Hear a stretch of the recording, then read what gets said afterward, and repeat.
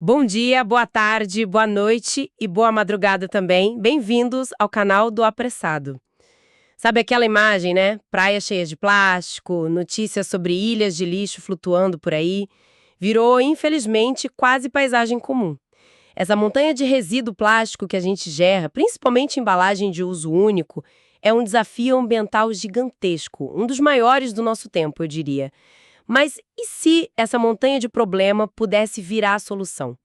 E se a gente conseguisse pegar essas sacolas, garrafas, potes que, né, vieram do petróleo lá atrás e meio que reverter o processo, transformar de volta em energia, em combustíveis valiosos, quase como achar ouro negro onde hoje a gente só vê lixo. Exatamente.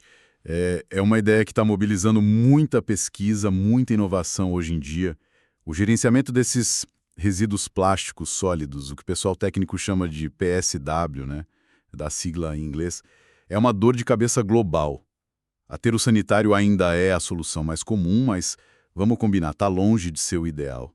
O plástico leva séculos para se decompor, espaço em aterro é limitado e as regras ficam cada vez mais apertadas.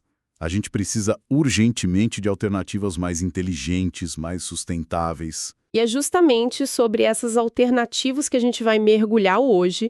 Nós demos uma fuçada em algumas pesquisas, alguns avanços tecnológicos bem recentes, focando especialmente em coisas que estão vindo lá dos Estados Unidos. Tecnologias que buscam exatamente isso, dar um novo valor, um valor energético para o plástico que a gente descarta. Nossa missão aqui é entender duas abordagens que a gente achou particularmente promissoras, sabe? Como elas funcionam e por que elas podem ser, assim, tão importantes. Ok, então vamos começar a desempacotar a primeira delas.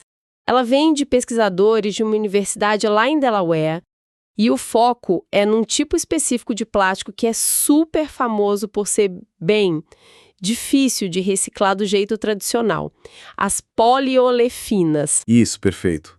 As poliolifinas são, assim, a família de plásticos mais comum que existe. É só pensar, né? Sacola do supermercado, filme plástico, embalagem flexível, muito pote de iogurte, tampinha, até peça de brinquedo. Eles são uma fatia enorme do bolo, coisa de 60%, talvez 70% de todo o plástico que a gente produz. O grande gargalo sempre foi o que fazer com eles depois do uso, porque a reciclagem mecânica, aquela que derrete e molda de novo, muitas vezes dá um material de qualidade mais baixa, sabe? Ou simplesmente não funciona bem para filme muito fino ou plástico que está meio contaminado. Entendi. Então a reciclagem tradicional meio que empaca com esse tipo de material. E qual foi a sacada, então, desses pesquisadores para dar a volta por cima? Como que eles conseguem transformar, sei lá, um monte de sacola plástica usada em algo útil de novo? Então eles desenvolveram um método de conversão química direta. É um processo que pega esses resíduos de poliolefinas e, através de uma reação química bem controlada, quebra as moléculas gigantes do plástico, quebra moléculas menores, já desenhadas, digamos assim, para serem usadas como combustíveis líquidos tipo gasolina, diesel e também como óleos lubrificantes de alta qualidade. São produtos que normalmente a gente tira lá do refino do petróleo bruto. Conversão direta para produto de alto valor, isso soa muito eficiente. Mas o que torna esse método realmente novo? Porque, né, já tentaram fazer reciclagem química antes, certo? Correto, já houve muitas tentativas.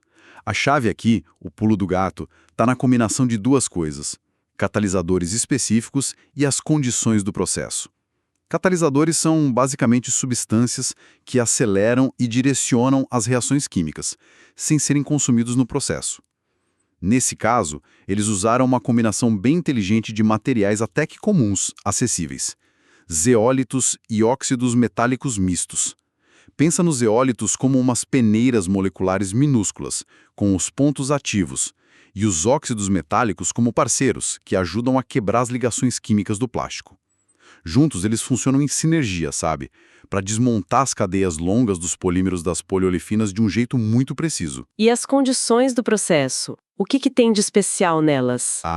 Aí que entra a grande vantagem energética. O processo todo acontece numa temperatura relativamente baixa para esse tipo de reação química, coisa de 250 graus Celsius. 250 graus? Isso. pode não parecer baixo para a gente no dia a dia, mas para quebrar plástico, comparado com a pirólise convencional que vai para 400, 500 graus, às vezes mais, é uma diferença brutal. A estimativa é que isso economiza mais ou menos 50% de energia em comparação com essas outras rotas térmicas. Metade da energia, nossa, isso é fundamental, porque um dos grandes contras, né, de algumas reciclagens químicas era justamente o balanço energético. Se gasta mais energia para reciclar do que para fazer plástico novo. Uma economia de 50% muda essa conta. Bastante, né? Muda completamente. Torna a tecnologia potencialmente muito mais viável, tanto do ponto de vista econômico quanto ambiental. E tem outro ponto ambiental que é importantíssimo. Esse método específico de conversão direta, baseado em hidrocraqueamento catalítico, ele foi desenhado para não liberar dióxido de carbono, CO2, durante a reação de quebra do plástico. O carbono que está no plástico vai para os combustíveis e lubrificantes líquidos. Ele não vai para a atmosfera como gás de efeito estufa, pelo menos não naquele momento da transformação. Uau! Sem emissão de CO2 no processo e com metade da energia. Isso realmente parece um avanço e tanto. E você falou hidrocraqueamento. O que significa isso exatamente? Hidrocraqueamento. Bom, craquear é quebrar. Então é quebrar as moléculas na presença de hidrogênio. Esse hidrogênio tem um papel duplo. Primeiro, ele ajuda a quebrar as cadeias longas do polímero, como eu disse. Segundo, e isso é muito importante, ele se liga nos fragmentos menores que se formam. Isso estabiliza eles, impede que eles se recombinem de jeitos ruins ou formem subprodutos tipo coque, sabe? Aquela borra. E tem mais. Esse processo favorece a formação de moléculas com uma estrutura ramificada. Pensa assim, em vez de só ter cadeia longa e reta, como no plástico original, o hidrocraqueamento ajuda a criar moléculas menores, mais compactas e com galhos. E essas são justamente as características ideais para combustíveis com boa performance, tipo autooctanagem, e para lubrificantes de qualidade. É como se o processo já entregasse um produto mais refinado. Ah, entendi. Então não é só quebrar o plástico de qualquer jeito. É quebrar e já montar moléculas mais valorosas, usando menos energia e sem liberar CO2 no caminho. É um belo exemplo de química inteligente trabalhando para a economia circular, né? Pegar um resíduo que é um problemão e transformar em matéria-prima de alto valor. E ainda reduz a pressão para tirar mais petróleo do chão. Exatamente isso.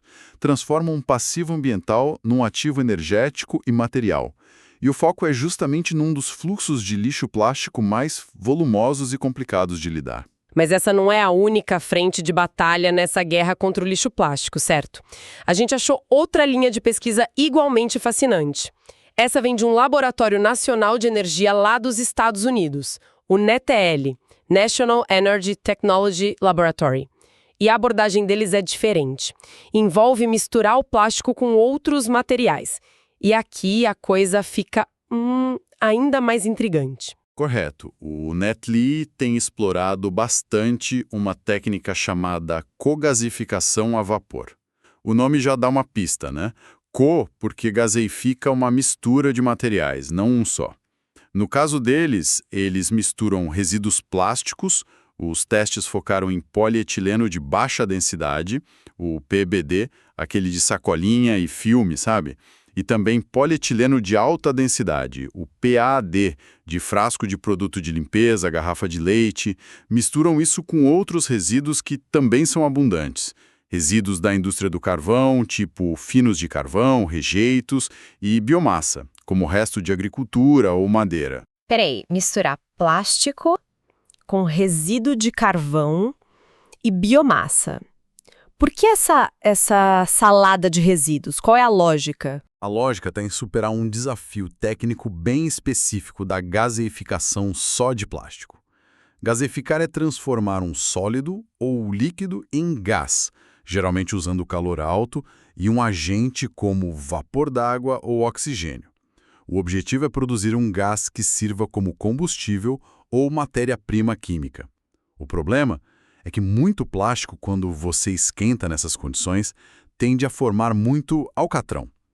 Alcatrão é aquela mistura grudenta, pesada de compostos orgânicos, que suja tudo, entope reator, equipamento, diminui a eficiência, aumenta custo de manutenção, é um problemão na gaseificação de plástico puro. Ah, o tal do alcatrão, o vilão que emperra o processo. Entendi. E como que a mistura com carvão e biomassa ajuda a derrotar esse vilão? Aí que está a parte engenhosa, fruto do trabalho lá da equipe, liderada pela pesquisadora Ping Wang, no Netley. Eles descobriram que os componentes minerais que já existem naturalmente nos resíduos de carvão, coisas tipo óxido de cálcio, ferro, alumínio, eles agem como catalisadores in situ, ou seja, ali dentro do próprio reator. Esses minerais ajudam a quebrar as moléculas de alcatrão assim que elas se formam ou até impedem que elas se formem. A biomassa na mistura também ajuda. A estrutura dela, a composição química, interage com o plástico durante a gaseificação e isso favorece formar gases mais leves em vez de alcatrão. É como se os próprios resíduos se ajudassem, sabe? Para ter uma conversão mais limpa, mais eficiente. Que interessante. Usar a química de um resíduo para resolver o problema do outro. Uma sinergia inesperada mesmo. E o que resulta dessa cogaseificação a vapor? Qual é o produto final que sai disso tudo? O produto principal é o chamado gás de síntese, ou singás, como o pessoal chama. É uma mistura de gases, principalmente hidrogênio, H2, e monóxido de carbono, CO. E o singás é incrivelmente versátil. Ele pode ser queimado direto em turbina, motor, para gerar eletricidade, calor, de forma relativamente limpa, porque a queima gera mais vapor d'água, e CO2, que, em teoria, poderia até ser capturado. Mas talvez o mais interessante seja o uso dele como matéria-prima química. A partir do singás dá para sintetizar um monte de coisa. Combustível líquido como metanol, diesel sintético pelo processo Fischer-Tropsch, amônia para fazer fertilizante, ou até mesmo hidrogênio puro de alta qualidade, separando ele do CO. Hidrogênio, a gente ouve falar tanto do hidrogênio como peça-chave para a energia do futuro, né? Com potencial de zerar a emissão lá no uso final. Então, essa tecnologia de cogasificação poderia ser um caminho para produzir hidrogênio a partir de lixo plástico e outros resíduos. Exatamente. O singás que sai dali é rico em hidrogênio. Isso posiciona essa tecnologia como bem relevante nesse cenário de transição energética. E tem outra vantagem importante na cogasificação, a flexibilidade. Os pesquisadores mostraram que dá para variar as proporções da mistura, mais plástico, menos carvão, mais biomassa e por aí vai. Para quê? Para otimizar a produção e a composição do singás. Isso permite adaptar o processo aos tipos e quantidades de resíduos que você tem disponível localmente. Isso é fundamental para conseguir implementar na prática, né? É uma flexibilidade impressionante mesmo. E falando em recursos, pessoal, se vocês estiverem gostando de explorar essas soluções com a gente, por favor, compartilhem o canal e deem o like, ajuda muito a gente a continuar trazendo essas investigações. Bom, então a gente tem dois caminhos aqui bem distintos. De um lado, a conversão direta das poliolefinas em combustível líquido e lubrificante, super eficiente na energia, sem CO2 no processo. Do outro, a cogasificação, misturando plástico, carvão, biomassa, para gerar um gás de síntese versátil, rico em hidrogênio. São estratégias diferentes, mas que apontam para a mesma direção, uma direção muito poderosa, transformar o problema do lixo plástico em solução energética e material. Sem dúvida. E se a gente conecta isso com o quadro geral, as implicações são enormes, vão muito além do laboratório. A gente está falando de tecnologias com potencial para, de fato, impactar a crise do plástico e a nossa matriz energética. Quais seriam os impactos mais significativos, assim, na sua visão, se essas tecnologias realmente conseguirem ganhar escala? Olha, primeiro, o mais óbvio. Reduzir o volume de plástico que vai para aterro ou que, pior ainda, escapa para o meio ambiente, né? Poluindo rio, mar, solo. Transformar um poluente teimoso em recurso. Segundo, valorizar a energia que está no lixo. Plástico é rico em energia, afinal veio de combustível fóssil. Essas tecnologias permitem recuperar essa energia de um jeito controlado, eficiente, gerando combustível líquido ou gás que pode substituir petróleo, gás natural virgem em um monte de aplicação. Isso ajuda na segurança energética e diminui a necessidade de ficar extraindo recurso fóssil novo. E como que essas duas abordagens se comparam? Tipo, vantagens, desvantagens, qual seria a mais promissora? É difícil dar uma resposta única, sabe? Porque elas têm nichos, características diferentes. A conversão direta em líquidos parece muito atraente pela eficiência energética, por não gerar CO2 no processo e por gerar produtos que a gente chama de drop-in, ou seja, combustíveis e lubrificantes que podem usar a infraestrutura que já existe hoje. Talvez seja ideal para grandes volumes daquelas poliolefinas relativamente limpas. Já a cogasificação, por outro lado, brilha pela flexibilidade da matéria-prima. Pode processar mistura de plástico com outros resíduos, talvez até plástico mais contaminado, mais misturado, que seria difícil para conversão direta. E a produção de syngas abre um leque maior de usos químicos, incluindo a produção de hidrogênio, que é bem estratégica. A desvantagem pode ser ter que lidar com resíduo de carvão, embora o argumento seja usar o que já existe, e é um problema também. Entendi, então. Então a escolha entre uma e outra, ou talvez até combinar as duas, dependeria do lugar, do tipo de lixo que tem, da infraestrutura, do que se quer produzir no final. E você mencionou essa questão do resíduo de carvão na cogasificação. Isso não pode ser visto como algo negativo? Tipo, perpetuar de alguma forma a cadeia do carvão? É uma questão válida sim e importante para o debate. A perspectiva dos pesquisadores é que se está usando um resíduo que já existe da indústria do carvão. Um resíduo que também é um problema ambiental, um problema de descarte. Não se trata de incentivar a cavar mais carvão, mas sim de dar um destino mais útil e talvez menos impactante para um passivo ambiental que já foi criado. E, ao mesmo tempo, você resolve o problema do plástico e do alcatrão na gaseificação. O balanço ambiental completo, claro, tem que ser analisado caso a caso, né? Fazer a análise de ciclo de vida, comparar essa rota com outras alternativas de tratamento para esses dois resíduos. Mas a ideia de sinergia entre resíduos é conceitualmente bem poderosa. Faz sentido olhar pelo lado da gestão de múltiplos resíduos. Agora, pensando na implementação prática, tudo isso soa muito bem no papel, no laboratório, mas qual é o caminho para tirar essas tecnologias da bancada e colocar para funcionar em escala industrial, processando as toneladas e toneladas de plástico que a gente gera todo dia? Esse é o grande desafio. É o famoso vale da morte da inovação, né? Que separa a descoberta científica da aplicação comercial em larga escala. E envolve muitos fatores. Primeiro, a engenharia de processo. Tem que otimizar reator, garantir que funcione direto, de forma confiável, controlar custo. Segundo, a logística reversa. Como é que a gente vai coletar, separar, limpar, preparar volumes gigantes de resíduo plástico específico para alimentar essas usinas? Isso exige uma infraestrutura de gestão de resíduo muito mais sofisticada do que a gente tem hoje em muito lugar. Terceiro, a economia. Essas tecnologias precisam ser competitivas. Competir em custo com a produção de combustível e químico a partir de fonte virgem e também com o custo de jogar no aterro. E quarto, política pública. Precisa de incentivo, de regra que favoreça essa reciclagem química avançada, talvez obrigar a usar um percentual de material reciclado para criar um mercado e diminuir o risco para quem vai investir. É uma escalada complexa, então. Não basta a ciência ser boa, todo o ecossistema em volta precisa se desenvolver junto. Mas o potencial de transformar lixo em recurso, de fechar o ciclo do plástico e gerar energia mais limpa, parece que justifica o esforço, não acha? Certamente. É a materialização da economia circular na prática. Em vez daquele modelo linear, extrai, produz, usa, descarta, a gente passa para um modelo onde o descartado vira insumo de novo. Essas tecnologias são ferramentas poderosas para tornar esse conceito uma realidade. E quem sabe até lucrativa, né?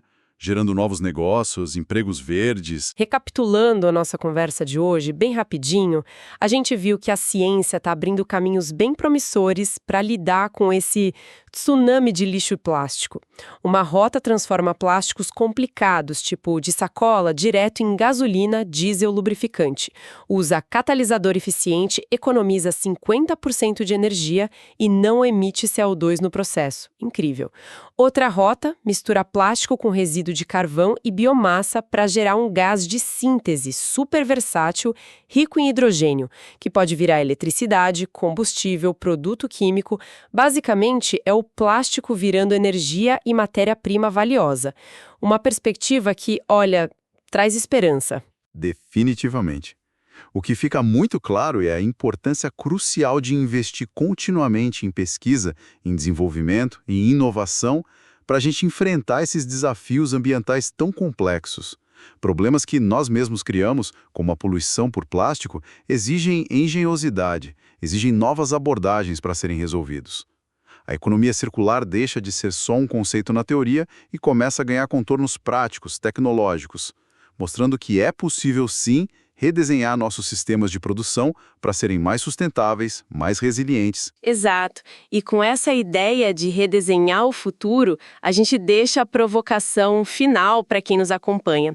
E você, o que acha de investir em tecnologias que transformam o lixo que hoje polui nossos oceanos em energia limpa para o futuro? Dê sua opinião nos comentários.